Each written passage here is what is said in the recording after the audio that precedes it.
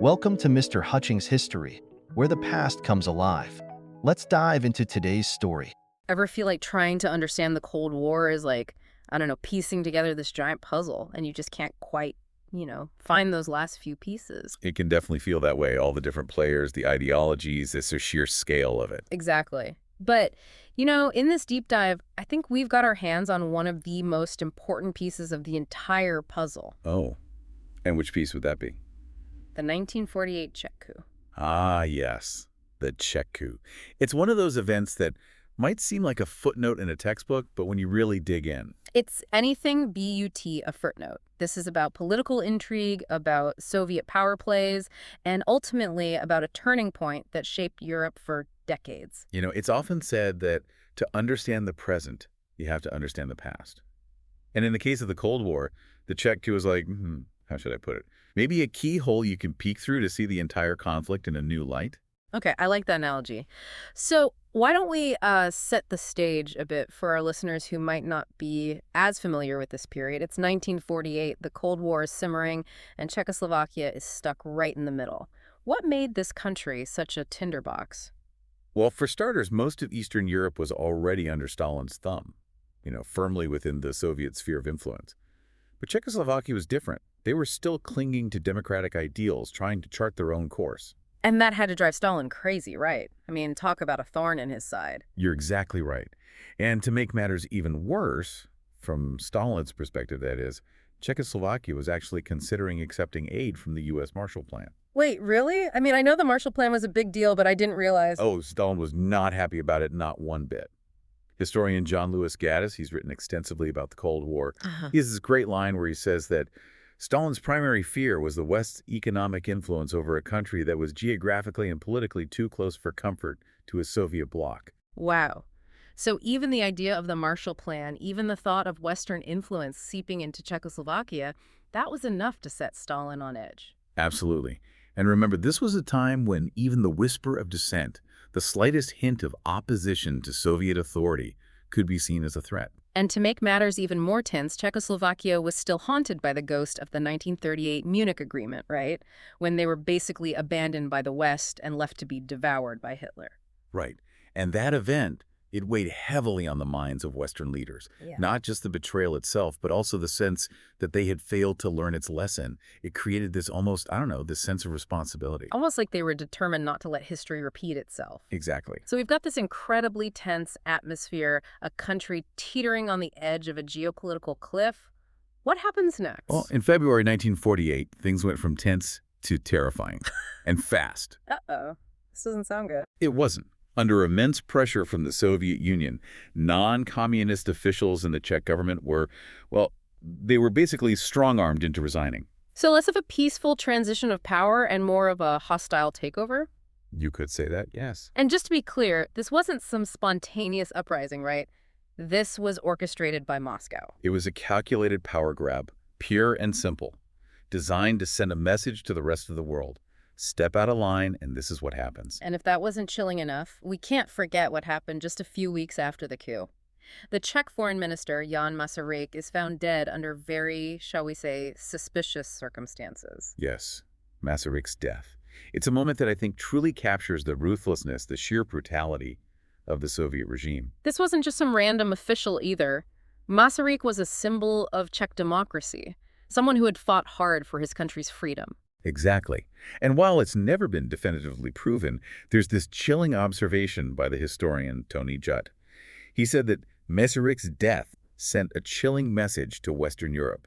No matter how democratic a government might seem, Soviet influence could topple it if it threatened communist control.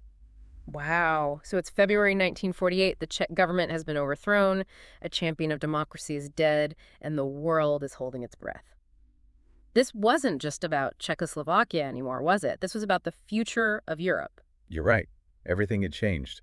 It's hard to even imagine, I think, just how big of a deal the Czech coup really was. I mean, we're not just talking about one country changing sides, right? We're talking about the future of Europe. You're absolutely right. The Czech coup, it sent shockwaves rippling across the continent. I mean, put yourself in the shoes of a leader in Western Europe at the time. You're watching democracy crumble in Czechoslovakia, a country right on your doorstep, and you have to be thinking, who's next? Are we next? And it's not like Stalin was being subtle about his intentions either, right? Not at all. He was playing for keeps.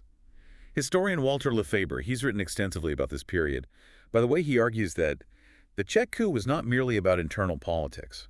It represented the culmination of a broader Soviet strategy to dominate Eastern Europe. So every country that fell under Soviet influence just brought Stalin one step closer to achieving his goal of, well, dominating all of Europe. Exactly.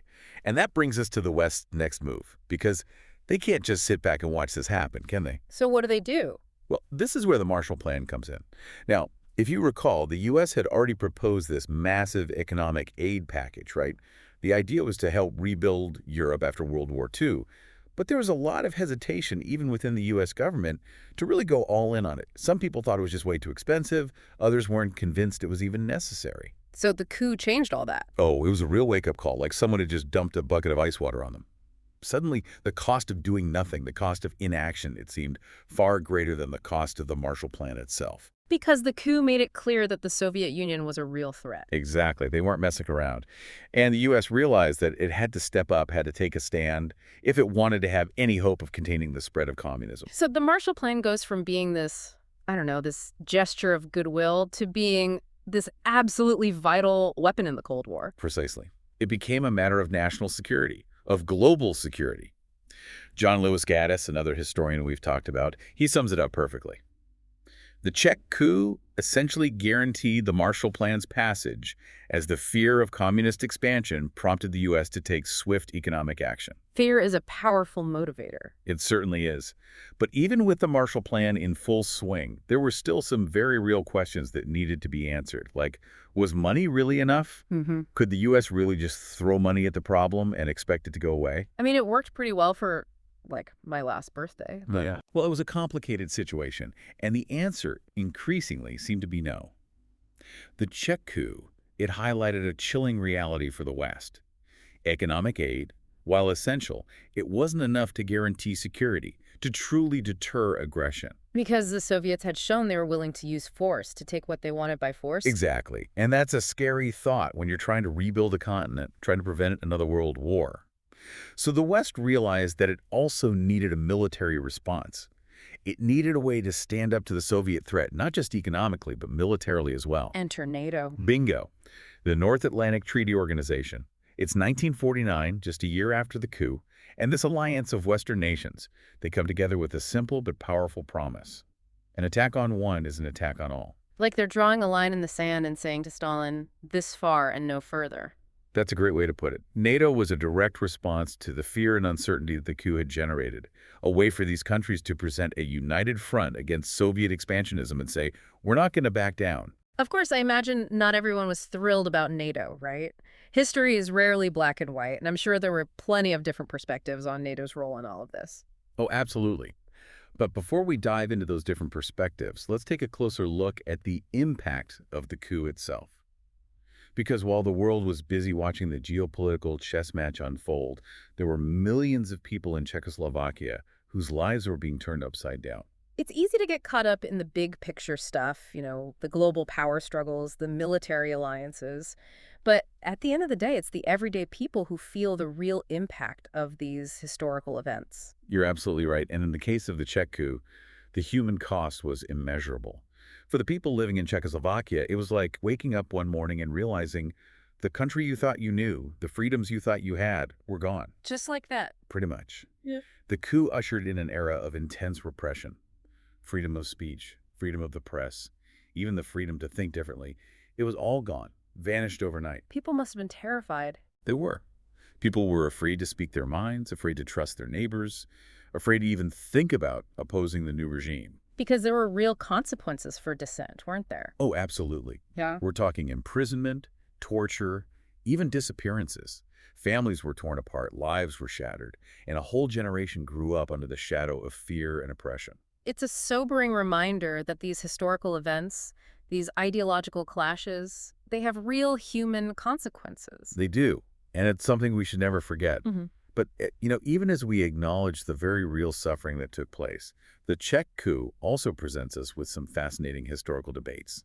For example, Historians still argue about the role of the United States in all of this. Oh, right. Because some people say that the U.S. was just trying to be the good guy, trying to stop the spread of communism, while others say that they were more motivated by their own self-interest. Exactly. The traditional view, what we call the Orthodox view, is that the U.S. had a moral obligation to act to contain Soviet expansionism and to prevent the dominoes from falling, so to speak. Makes sense. But I've also heard people say that the U.S. might have used the coup as an excuse to, I don't know, to further their own influence, to expand their economic and military power. That's the revisionist perspective. They argue that the U.S. might have overblown the Soviet threat to justify their actions, to drum up support for things like the Marshall Plan and NATO. So who's right? Well, that's the million-dollar question, isn't it? And like most things in history, it's probably not as simple as one side being completely right and the other side being completely wrong. So how do we make sense of it all? I think the best approach is to be aware of the different perspectives, to consider the evidence, and to draw your own conclusions.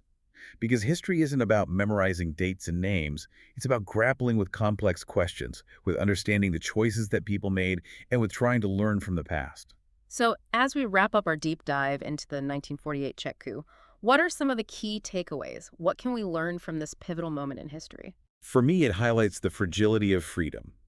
Czechoslovakia, despite its best efforts, got caught in the gears of this much larger geopolitical machine.